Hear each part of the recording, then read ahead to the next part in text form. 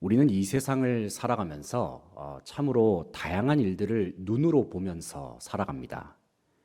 우리가 의도했든지 의도하지 않았던지 간에 우리는 주어진 삶 속에서 정말로 다양한 장면들을 두 눈으로 목격하면서 지냅니다.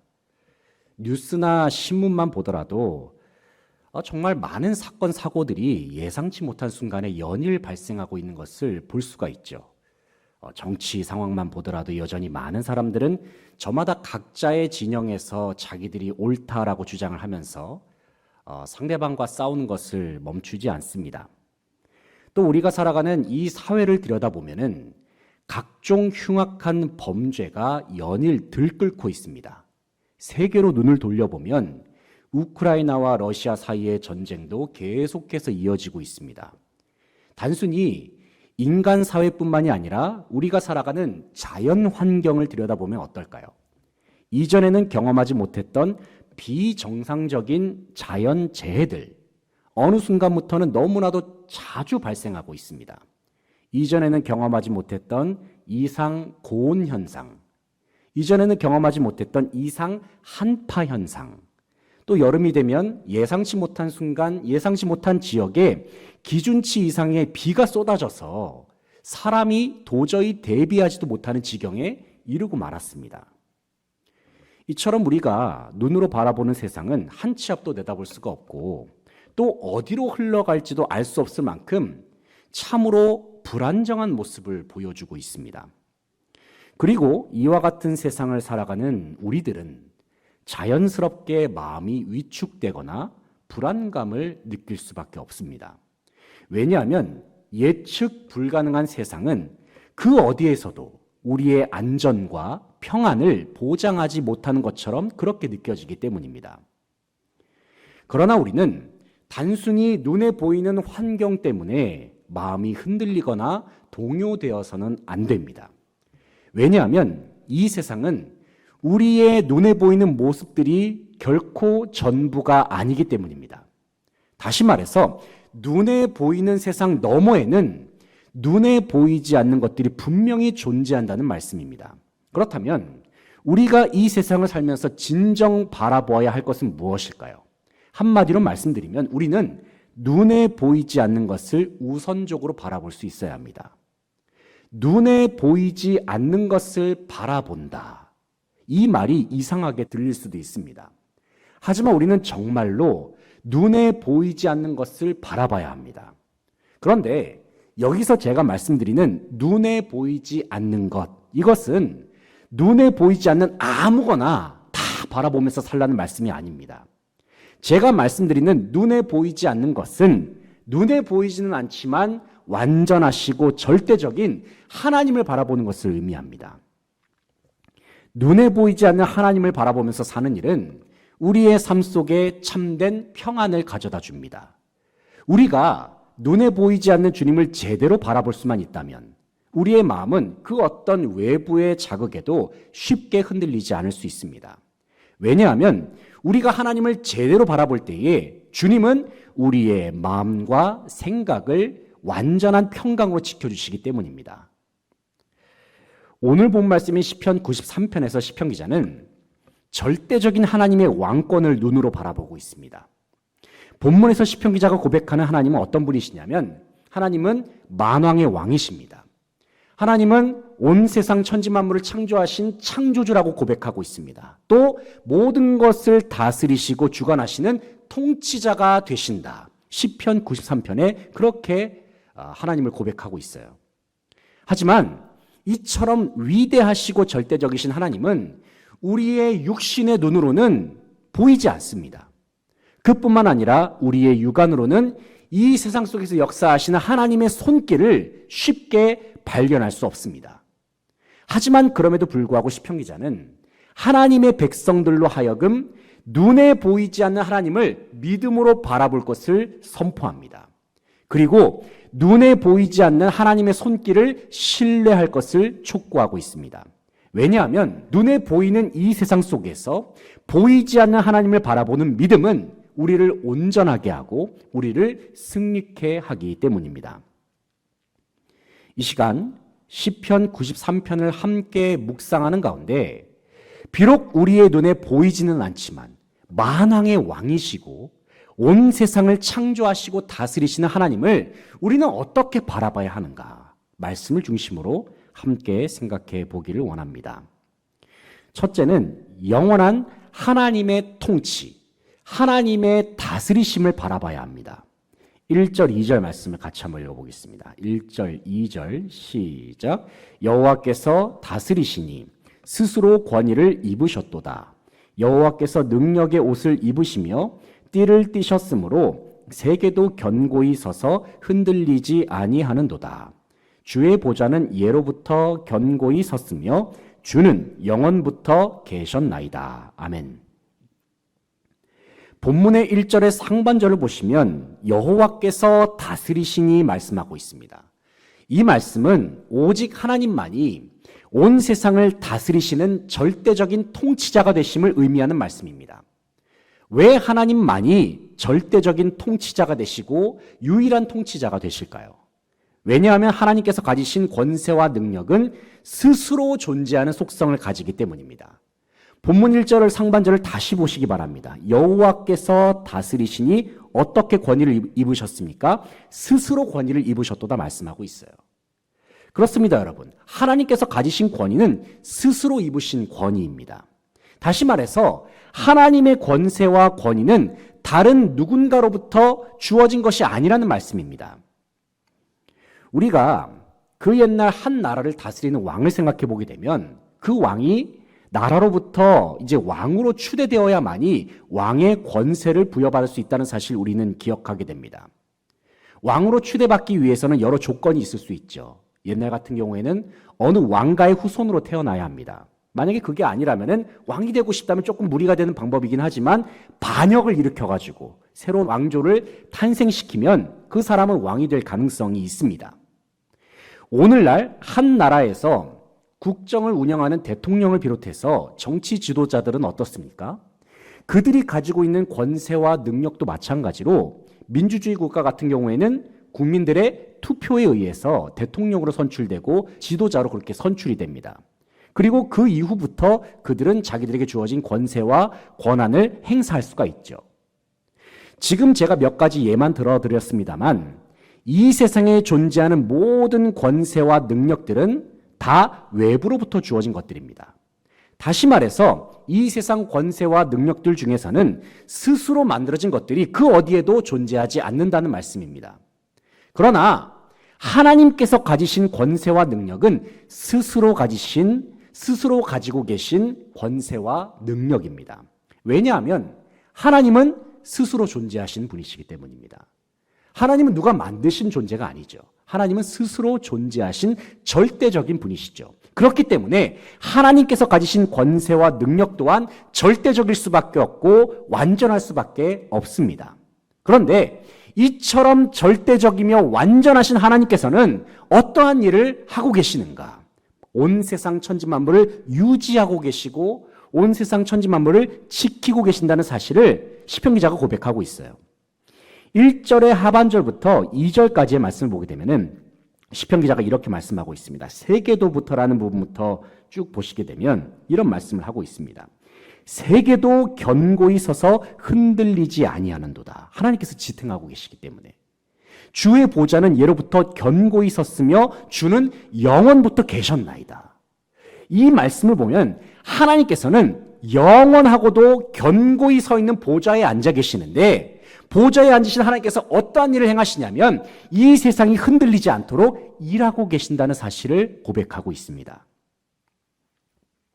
저는 이 말씀이 참으로 많은 위로가 됩니다. 사실 우리의 눈에 보이는 세상이 얼마나 어렵습니까? 얼마나 불안하고 위태롭습니까? 우리 각자가 살아가는 인생만 보더라도 얼마나 많은 일들이 우리의 삶 속에서 벌어지고 있습니까?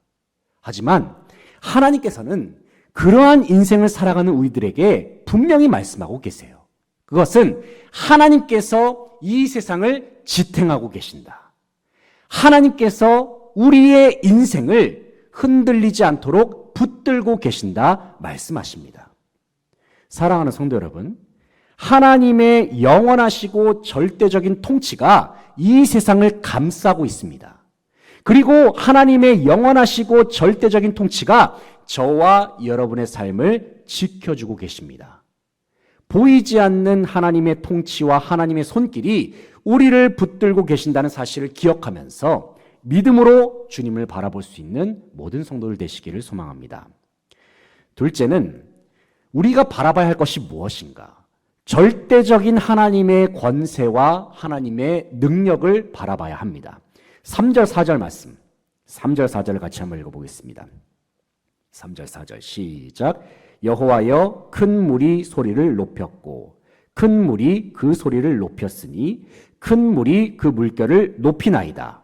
높이 계신 여호와의 능력은 많은 물소리와 바다의 큰 파도보다 크니이다. 아멘. 3절을 보시면 여호와여 큰 물이 소리를 높였고 또 두 번째로 또 말하고 있죠. 큰 물이 그 소리를 높였으니 세 번째로 또 말하고 있습니다. 큰 물이 그 물결을 높이나이다 말씀하고 있습니다. 여기서 3절에 기록된 큰 물이 뭘까요? 여기서 큰 물은 하나님을 대적하는 세력들을 상징하는 표현입니다. 그런데 본문 3절을 자세하게 보게 되면은 큰 물이 소리를 높였다는 표현이 무려 3번이나 반복이 되고 있어요. 큰 물이 소리를 높였다. 이 말은 물의 수위가 점점 높아지는 것을 묘사하는 표현입니다. 앞서 큰 물이 하나님을 대적하는 세력들을 상징한다고 했을 때에 큰 물이 소리를 높였다는 말이 계속 반복해서 사용되었다는 것이 무엇을 의미하겠습니까? 그만큼 하나님을 대적하는 원수들의 기세가 점점 강력해지고 있음을 드러내주는 말씀입니다. 본문에 등장하는 원수들은 모든 것을 집어삼키는 파도처럼 하나님을 대적하려고 하고 하나님의 백성들을 집어삼키려고 합니다. 우리가 성경에 기록된 이스라엘의 역사만 보더라도 그 옛날 북이스라엘과 남유다는 각각 아수르와 바벨론에 의해서 멸망을 당하죠. 나라가 멸망당했을 때에 북이스라엘과 남유다의 모습이 어떻습니까? 참으로 비참하기 그지없습니다. 이스라엘을 짓밟았던 아수르와 바벨론은 그야말로 거대한 파도와 같은 모습으로 이스라엘을 아주 다 쓸어버렸습니다. 이스라엘과 남유다를 다 쓸어버렸어요. 나라가 멸망을 당한 것처럼 그만큼 절망적이고 두려운 상황도 없죠. 그런데 이스라엘 백성들이 이러한 상황 속에서 크게 절망하게 되면서 이 멸망당한 나라의 모습을 보면서 이스라엘 백성들이 이런 생각을 가지기도 했습니다. 하나님께서 우리를 버리신 것이 아닌가. 하지만 이스라엘이 대적들로 말미암아 멸망을 당했다 하더라도 이스라엘을 향한 하나님의 약속과 언약은 여전히 끊이질 않았습니다. 하나님께서 여전히 이스라엘을 포기하지 않으셨어요. 여전히 하나님께서는 이스라엘을 포기하지 않으셨을 뿐만이 아니라 그 옛날 다윗과 맺은 언약, 다윗 왕조와 맺은 언약을 끝까지 기억하고 계셨습니다. 모든 것이 다 사라졌다 하더라도 하나님의 약속이 변함없이 살아있다고 한다면 제 아무리 극심한 멸망이라 할지라도 그 멸망은 결단코 끝을 의미하지는 않습니다. 하나님의 약속이 살아있기 때문에. 하나님이 어떤 분이십니까? 하나님은 마른 뼈를 살리셔서 군대가 되게 하시는 분이십니다. 상황이 중요한 것이 아닙니다. 하나님의 약속이 중요합니다. 하나님의 말씀이 중요한 것이죠. 하나님은 얼마든지 멸망을 회복으로 바꾸실 수 있습니다. 절망을 소망으로 바꾸실 수 있습니다. 그리고 하나님은 죽음을 생명으로 바꾸시는 하나님이십니다. 오늘 본 말씀 4절을 보게 되면 점점 강해지는 대적들의 공격을 손쉽게 잠재우시는 하나님의 능력을 확인할 수가 있습니다. 4절 말씀을 다시 한번 읽어보겠습니다. 4절 말씀 시작. 높이 계신 여호와의 능력은 많은 물소리와 바다의 큰 파도보다 크니이다. 아멘. 방금 읽은 말씀에서 시편 기자가 선포하죠. 높이 계신 여호와의 능력은 많은 물소리와 바다의 큰 파도보다 크니이다 말씀합니다. 앞서 말씀드렸듯이 본문에 기록된 물과 관련된 표현들, 4절의 하반절에 기록된 많은 물소리와 바다의 큰 파도는 하나님을 대적하는 세력들, 하나님의 백성들을 대적하는 세력들을 의미한다고 말씀드렸죠. 그런데 본문 4절에 기록된 물소리가 어떤 물소리입니까? 그냥 물소리가 아니라 많은 물소리예요. 많은 물소리. 또 파도도 보시면 파도가 어떤 파도입니까? 그냥 파도가 아니라 큰 파도입니다. 그러니까 많은 물소리와 바다의 큰 파도라는 표현은 그만큼 하나님을 대적하는 무리들의 힘과 능력이 강력하다는 것을 보여주고 있습니다. 하지만 제 아무리 대적들의 힘이 강하다 할지라도 누구의 능력이 크다고 말씀하고 있습니까? 높이 계신 여호와의 능력이 많은 물소리보다 바다의 큰 파도보다 더 크다고 선포합니다. 그러나 단순히 더 크다라는 표현으로는 하나님의 능력을 다 묘사할 수 없습니다. 여기에 저는 이런 표현을 추가하고 싶습니다. 높이 계신 여호와의 능력은 많은 물소리와 바다의 큰 파도보다 비교할 수 없을 만큼 크니이다. 저는 이 표현을 붙이고 싶어요. 비교할 수 없을 만큼 크니이다. 우리의 삶을 들여다보면 많은 물소리와 같은 삶의 문제들, 바다의 큰 파도와 같은 인생의 어려움들이 분명 존재합니다. 어려움 없는 사람은 없고 문제 없는 사람은 없습니다. 우리는 바로 그와 같은 문제들을 해결하기 위해서 그동안 참으로 간절하게 그리고 온 힘을 다해서 기도해 오셨을 줄로 압니다. 왜냐하면 많은 물소리와 같고 큰 파도와 같은 삶의 문제들은 내 힘과 노력으로는 극복할 수가 없기 때문입니다. 하지만 여러분, 이 시간 하나님께서 우리에게 말씀하고 계십니다. 우리의 인생에 존재하는 그 어떤 어려움보다도 그 어떤 문제들보다도 그 문제가 많은 물소리와 같고 큰 파도와 같이 거대하다 할지라도 하나님이 그 모든 것보다 비교할 수 없을 만큼 크시다. 우리에게 말씀하십니다. 사랑하는 성도 여러분, 하나님은 모든 것 위에 계시는 분이십니다. 모든 것보다 비교할 수 없을 만큼 크신 분이십니다. 우리의 모든 삶의 순간 속에서 절대적인 하나님의 능력과 권세를 의지할 수 있기를 바랍니다. 그래서 믿음으로 주님을 바라보고 믿음의 눈으로 주님의 손길을 바라보면서 주님을 끝까지 굳센 믿음으로 의지하며 나아가는 모든 성도들 되시기를 소망합니다. 마지막으로 우리가 믿음의 눈으로 바라봐야 할 것이 무엇이냐면 거룩하신 하나님의 말씀을 바라봐야 합니다. 하나님의 말씀을 믿음으로 바라봐야 해요. 5절 말씀을 같이 한번 읽어보겠습니다. 5절 말씀 시작. 여호와여 주의 증거들이 매우 확실하고 거룩함이 주의 집에 합당하니 여호와는 영원 무궁하시리이다. 아멘. 5절에서 시편 기자는 여호와여 주의 증거들이 매우 확실하고 거룩함이 주의 집에 합당하니 여호와는 영원 무궁하시리이다 말씀하고 있습니다. 여기서 주의 증거는 하나님의 말씀을 의미합니다. 그런데 시편 기자는 주의 증거들이 매우 확실하다고 증언하고 있어요. 이 말씀은 하나님의 말씀은 영원히 변함이 없고 반드시 이루어진다라는 의미입니다. 하나님의 말씀이 이 세상 가운데 이루어지는 일은 좋은 일입니까? 나쁜 일입니까? 참으로 좋은 일이죠.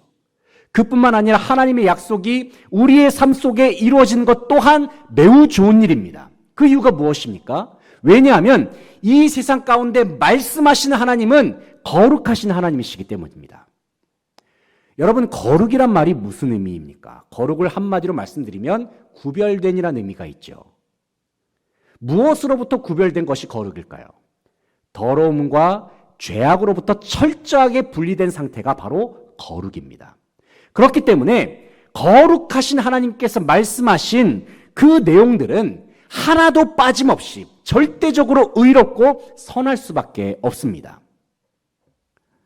많은 사람들은 인생을 살아가면서 어떻게 살아야 잘 사는 인생이고 또 어떻게 살아야 행복하고 보람된 인생인지를 고민을 합니다.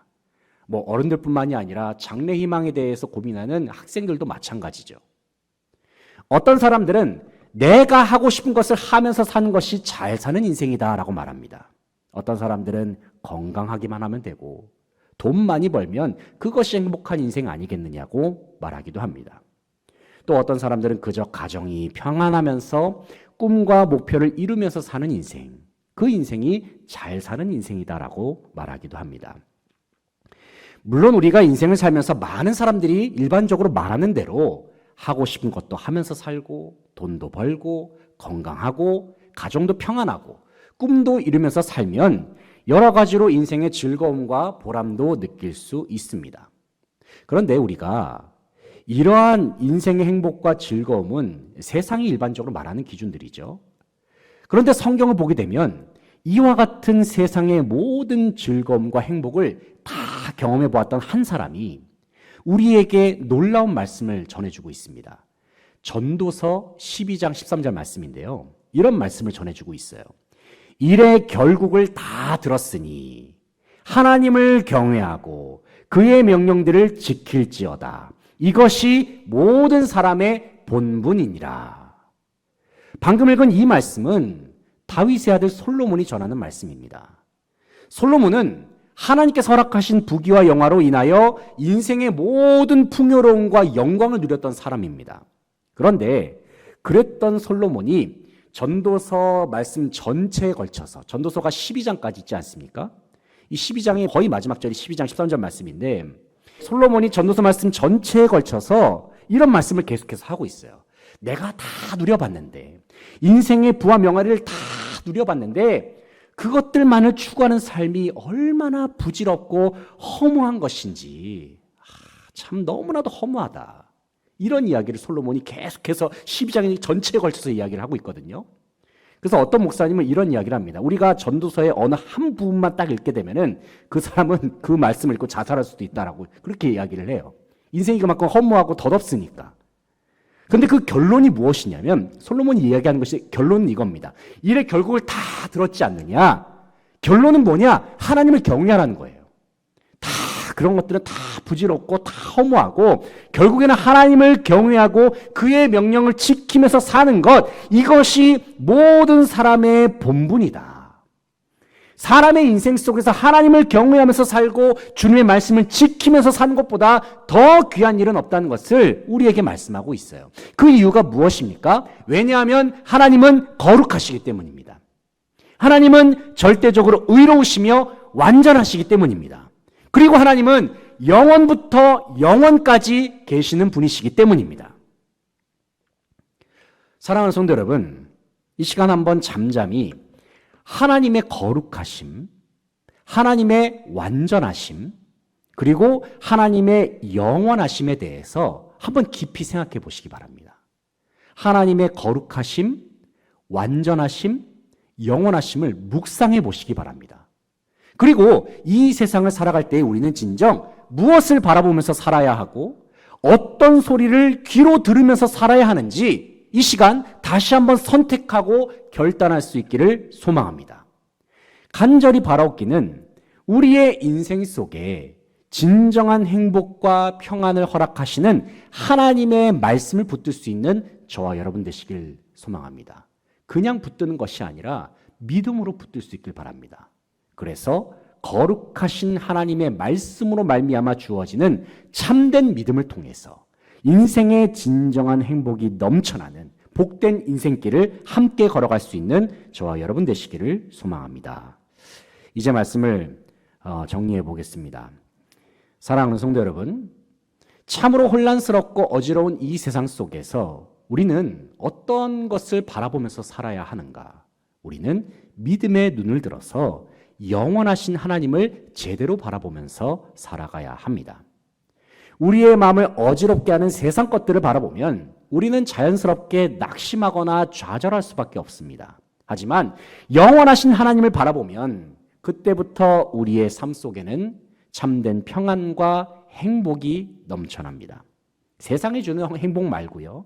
하나님만이 주실 수 있는 참된 평안과 행복이 넘쳐납니다. 특별히 눈에 보이지 않는 하나님을 볼 수 있는 믿음이 저와 여러분의 심령 속에 가득하기를 축복합니다. 영원하신 하나님의 통치를 바라보시기 바랍니다.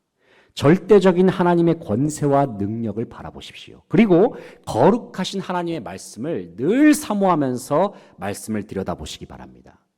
보이지 않는 하나님, 보이지 않는 주님의 손길, 보이지 않는 주님의 통치를 바라볼 수 있는 믿음의 사람들이 되어서 하나님께서 예비하신 놀라운 승리들을 풍성하게 누리며 나아가는 이 자리에 함께한 모든 성도들, 모든 수지경성의 성도들 다 되시기를 간절히 바라고 소망합니다. 기도하시겠습니다.